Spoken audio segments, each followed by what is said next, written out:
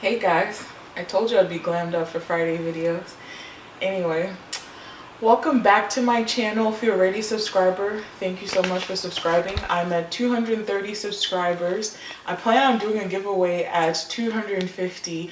So if you're new to this channel, go ahead and subscribe and you can be included in the giveaway. But before I get into that, I just wanted to say to anyone who's new, my channel is about personal finance, personal growth, luxury travel, and all things luxury. Today's topic is about luxury. And yeah, let's get into it.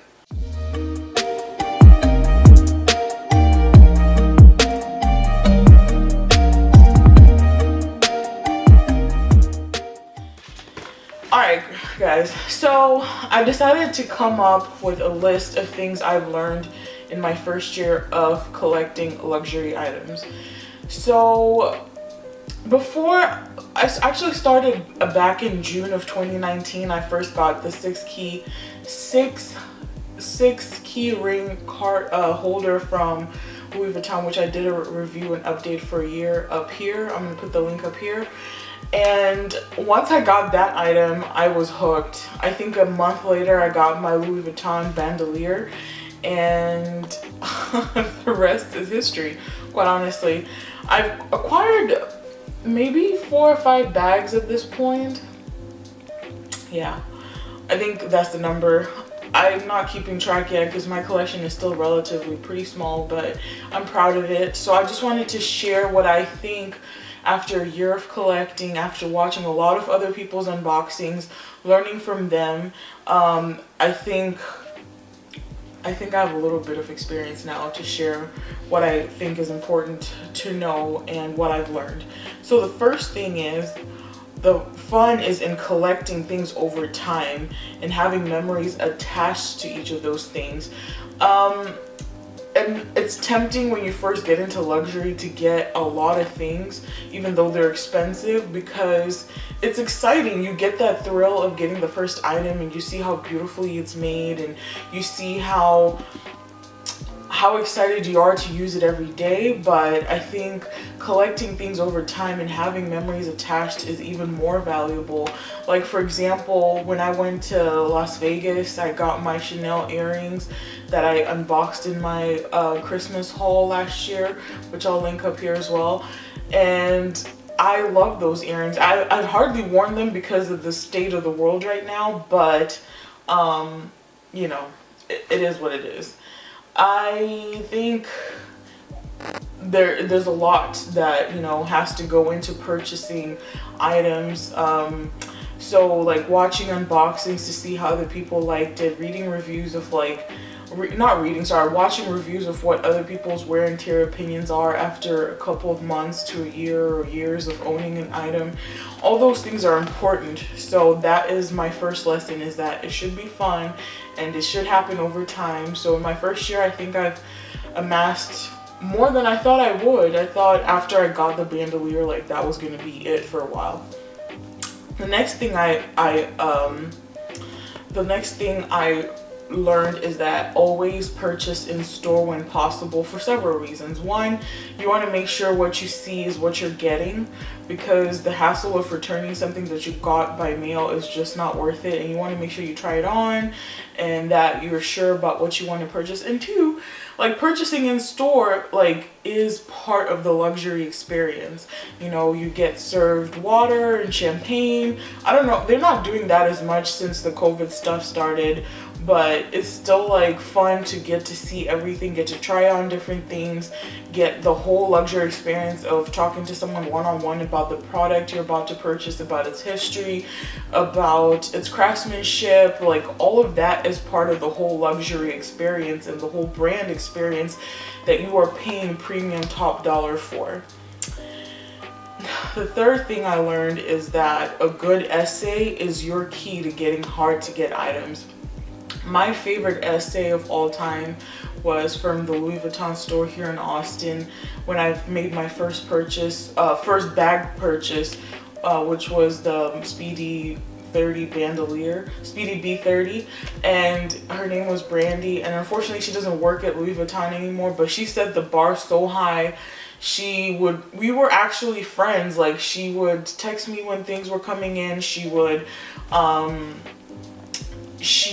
find things that were hard. She found toiletry 26s for me, toiletry 19s. Like, she was amazing. And I really wish every essay was like that, but you know, I'm still working on it. And at the same time with COVID, like, I'm not luxury shopping as much as I used to, especially not in store. But having those kinds of relationships really does help.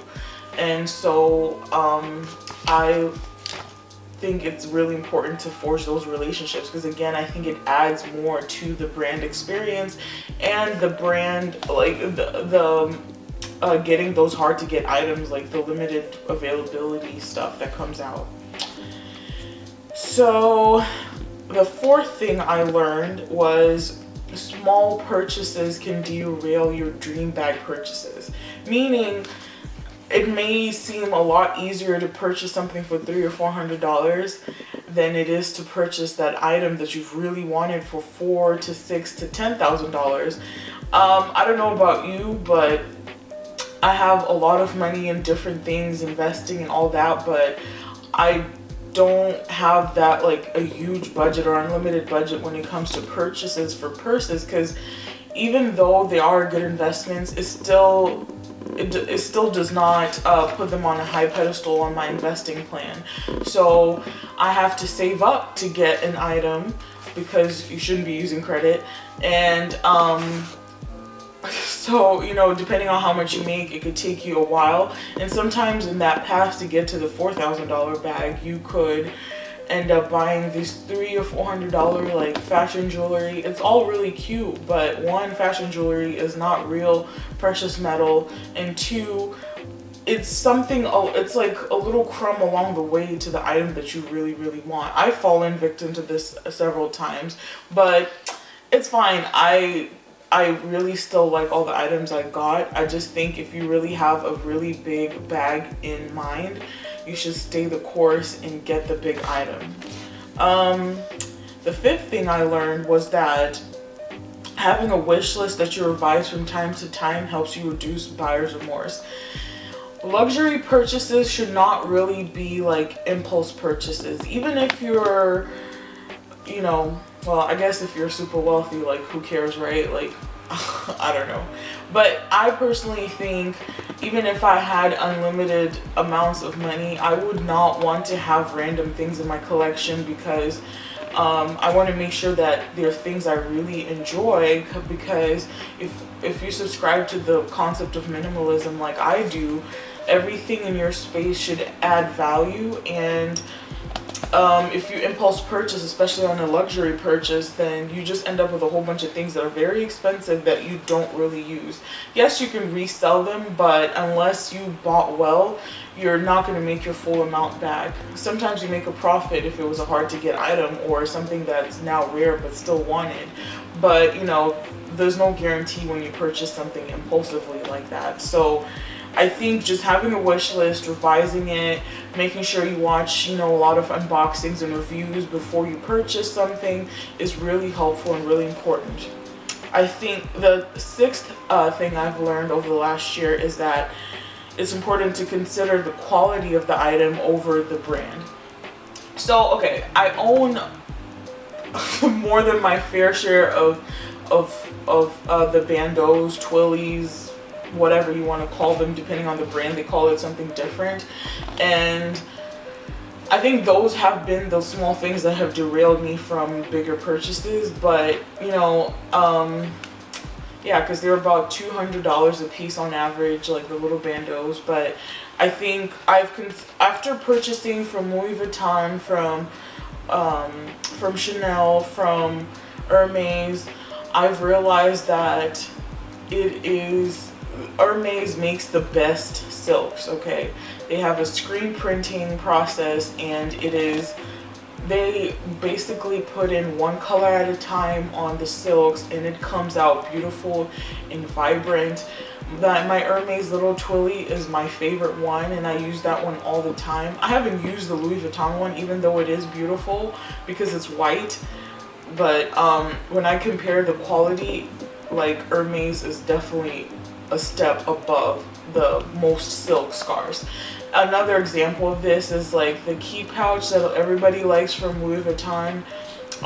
The little, yeah, the key pouch, whatever. It's really hard to get from Louis Vuitton, but I noticed that Gucci actually had a better version of it. Yeah, it was $100 more, but it was so much better quality. It had more gold on it. It was, I am obsessed with it. I haven't unboxed it on this channel yet. It was actually going to be in my video. I don't know, at some point I will show it, but I like that key pouch, sorry, a lot more, and I'm currently using it as a small wallet for my, you know, for my daily adventures out into COVID world or whatever. So quality over the brand is probably very important. And I don't always buy everything brand wise. I really do try to focus on quality. I love Dior, I love Chanel, I love all these brands, but I try to see what the brand does best. Like if you want embroidered anything, Dior does it better than anyone I've seen. Like the book tote is beautiful, I love it. And I think they do embroidery very well. The last thing I learned is that, trends or not, buy the things that get you very excited. I don't mean something that's like, oh, that's okay, or like, I guess. No, you need to be excited on the level of money you're about to pay in relation to a cheaper version of it. For example, the key pouch I was talking about, I was very excited when I got it. Every time I see it, it like makes me tingle. It makes me excited. And so I think to me it was very worth the $300 that I paid for it. I use it all the time. I plan to have it forever. I can put it on the loop of my jeans. I can keep it in my bag as a small wallet. Eventually I can put cash in it. I can use it for travel when I, like, to me, there's so many unlimited uses to it that it was well worth the money. Could I get a key pouch for like $30 from a non-brand? Yes. Could I get it from Louis Vuitton for $100 less? Yes, granted, if I find it. But I think it's super, super important that you are very excited about the item to the level that you're paying for it. I plan on getting a Chanel Trendy CC. I cannot wait to get that bag. I've seen it a few times in the store, and I know when I do go to Paris and purchase it, it'll be well worth the money for me. So anyway, I ended up talking longer than I wanted to, but I'm just doing that all in one take.